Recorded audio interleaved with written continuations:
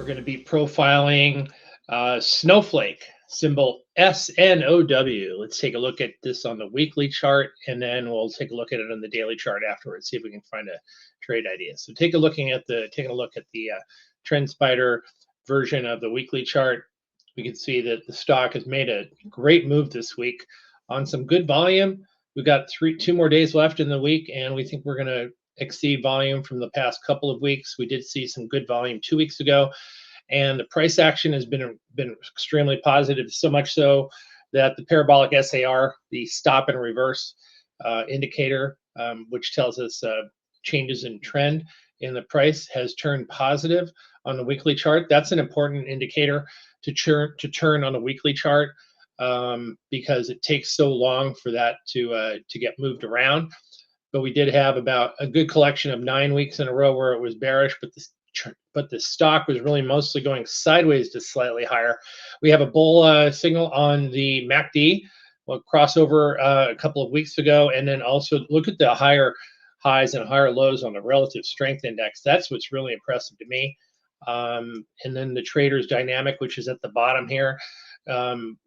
Actually, what the trader's dynamic does, it takes a look at relative strength versus the Bollinger Bands and comes up with a signal here. And the crossover signal is when these two curly type lines cross above the flatter line, which is the longer moving average, and we get a buy signal on that crossover. So let's take a look at the daily chart, though.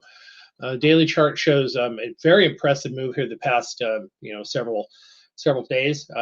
We moved up last week and followed through and confirmed right here on Friday for a confirmed buy signal, and we continued to go higher Monday, Tuesday, Wednesday. Now, this might have you worried that the stock is overbought, and your concerns would be valid because we have an overbought reading here on relative strength back in February before the stock tumbled. We have the same exact signal right now. So what I would suggest to take a look at this name, wait for a little bit of a pullback here.